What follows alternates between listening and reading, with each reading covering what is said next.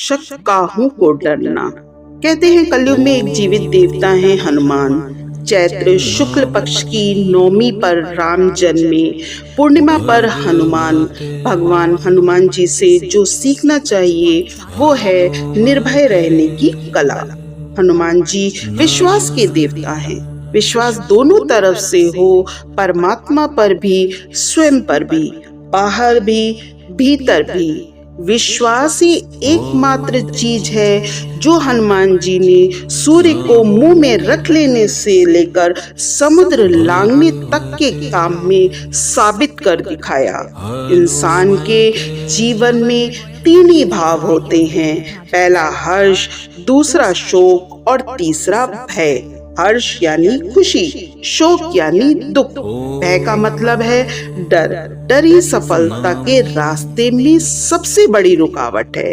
डर असफलता का भी होता है। सफलता को बरकरार रखने का भी भय बाहरी भी होता है, भीतर का भी डर, क्योंकि कोई भी हो ये हमें जिंदगी में आगे बढ़ने से रोकता है।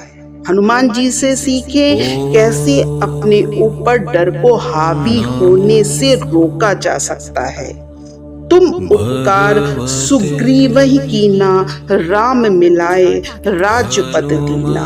आपने सुग्रीव पर उपकार करके न केवल राम से मिलाया, उन्हें राजपाट भी दिलवा दिया। हनुमान जी से हमें ये शिक्षा मिलती है कि दूर से जो समस्या की तरह दिखती है वो समाधान भी हो सकती है। रामायण का एक किस्सा सुनाती हूँ, सुनिएगा। रावण ने सीता का हरण किया तो उनकी खोज में राम और लक्ष्मण जंगल में भटक रहे थे। शबरी के कहने पर वे सुग्रीव से सहायता मांगने गए।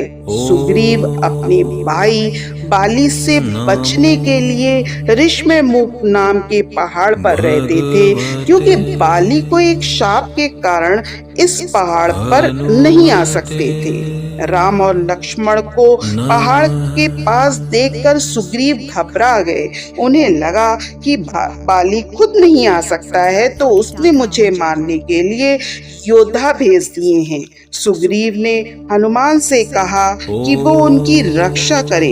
हनुमान जी ने बताया कि बिना ये समझे कि ये लोग कौन हैं, कोई फैसला नहीं करना चाहिए, पहले उनके पास जाकर पता करना चाहिए।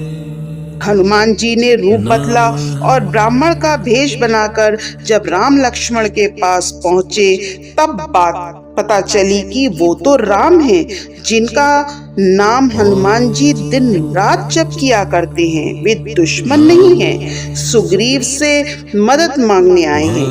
दूर से जो समस्या दिख रही थी वो दरअसल समाधान थी। हनुमान जी सिखाते हैं कि किसी भी परिस्थिति में डरे बिना उसे समझने की कोशिश करें। हो सकता है वो आपके लिए मददगार साबित हो। अघ गए अचरज नाही। भगवान राम की दी हुई मुद्रिका मुंह में रखकर आपने समुद्र लांघकर डर को जीतने की कला बताई है। हनुमान जी सीता जी की खोज में जब समुद्र लांघ रहे थे, हनुमान जी को बीच रास्ते में सुरसा नामक राक्षसी ने रोक लिया। हनुमान जी को खाने की जिद पर अड़ी रही। हनुमान जी ने बड़ा मनाया लेकिन वो नहीं मानी। वो हनुमान जी को खाने की जिद पर थी।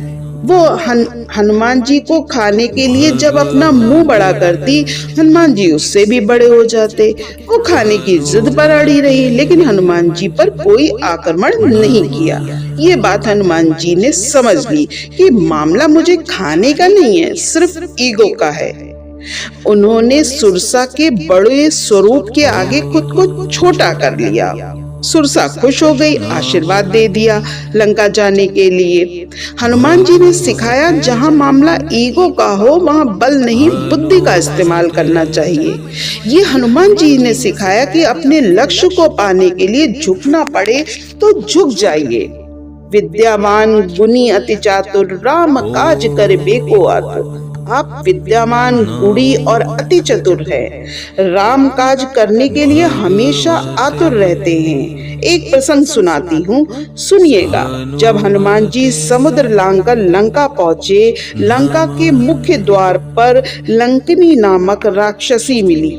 रात के समय हनुमान जी छोटा रूप लेकर के लंका में प्रवेश कर रहे थे। लंकिनी ने रोक लिया। यहाँ परिस्थितियां दूसरी थी। लंका में रात के समय ही चुपके से घुसा जा सकता था। समय कम था। हनुमान जी ने लंकिनी से कोई वाद विवाद नहीं किया, सीधे उस पर प्रहार कर दिया। लंकिनी ने रास्ता छोड़ दिया। जब मंजिल करीब हो, समय का अभाव हो और परिस्थितियों की मांग हो तो बल का प्रयोग अनुचित नहीं है। हनुमान जी ने एक रास्ते में आने वाली दो समस्याओं को अलग तरीके से निपटाया। जहां झुकना पड़ा वहां झुके, जहां बल का प्रयोग करना पड़ा वो भी करा। सफलता का पहला सूत्र ही ये है कि बल और बुद्धि का हमेशा संतुलन होना चाहिए। दोनों में से एक हो तो सफलता दूरी रहेगी। इसी के साथ साथियों, मैं जल्दी ही मिलती हूँ एक नए वीडियो के साथ। अगर आपको मेरा वीडियो, मेरे विचार पसंद आते हैं तो मेरे चैनल को सब्सक्राइब कर लीजिएगा, वीडियो को लाइक और शेयर कर दीजिएगा।